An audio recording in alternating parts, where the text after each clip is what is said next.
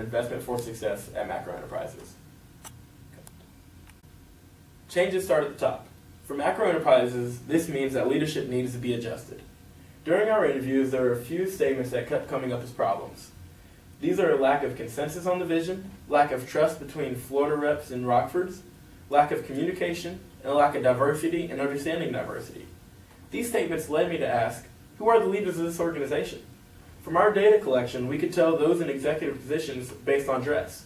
This is unacceptable. I should be able to point out the leaders simply based on their interaction with employees.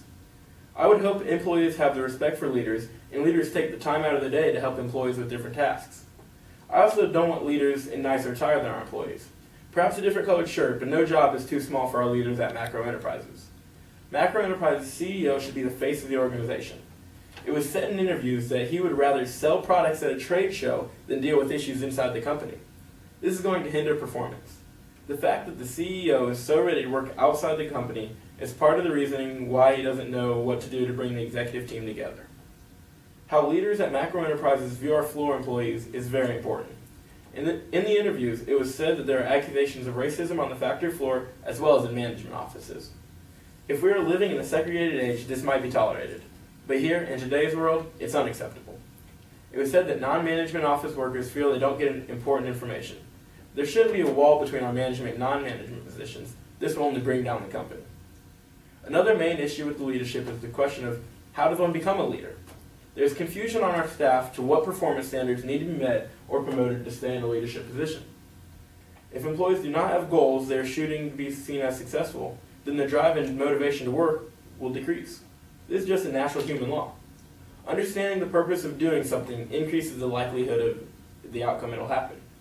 Employees should not see their peers in leadership positions as being from Florida, Illinois.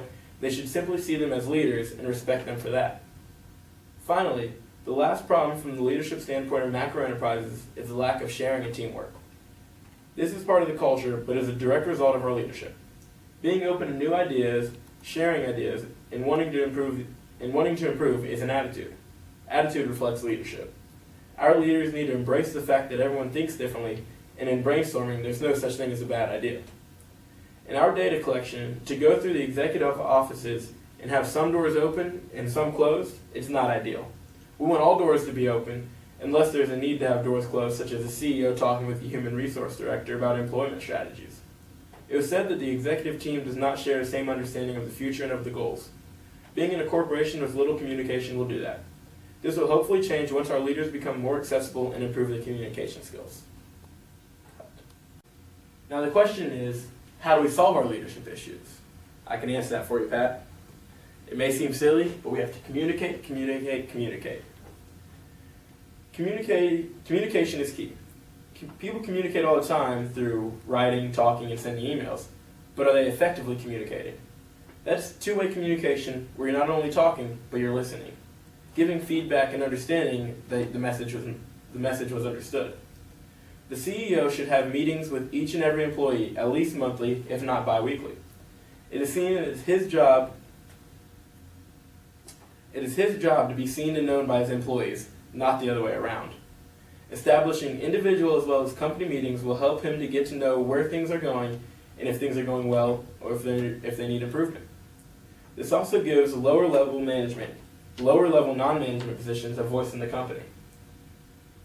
This improves employee morale, which in turn increases production. There will be a communicated goal, mission, and vision that starts with our CEO. It's his job to communicate the vision to other employees. Once he does this, there will be an increase in unity as well as a better culture for work. Once everyone knows the common goal, it's easier to put differences aside. The second communicate represents communication of other leaders to our employees. There will never be slang terms from leaders, and if a leader hears our slang terms used, he needs to report it to our human resource director. This will be counted as a complaint against that employee, and in baseball rules, 3 strikes and that employee is out of Macro Enterprises.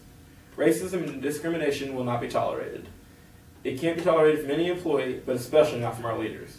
If our leaders don't lead by example, we lose credibility quickly. Leaders without credibility lead to chaos.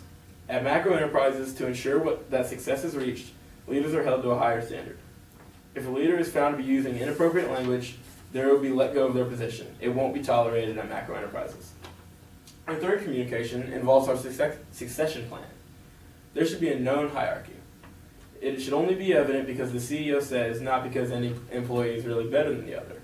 If a floor-level employee has an issue, they should report to a supervisor. The supervisor in turn reports to an executive leader, and the executive leader can bring it up to the CEO. But during the meetings with the CEO, a floor-level employee should bring up any issues that he or she feels need to be made aware. The succession plan will help employees set personal goals that they can reach to attain promotions. This communication will also help represent ideas. Sharing should be embraced at macro enterprises.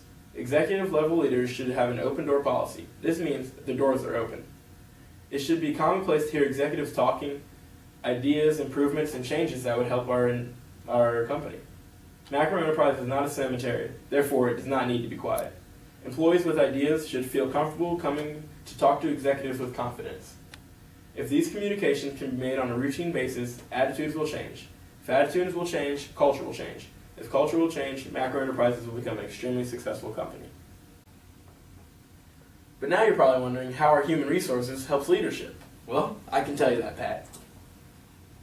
Having human resources as part of our strategic partner, that means there's someone there to hold the CEO accountable. Human Resources Department can be in charge of setting up meetings with the CEO and employees. They sit in on the meetings, and they'll listen with the CEO about complaints or ideas the employees have.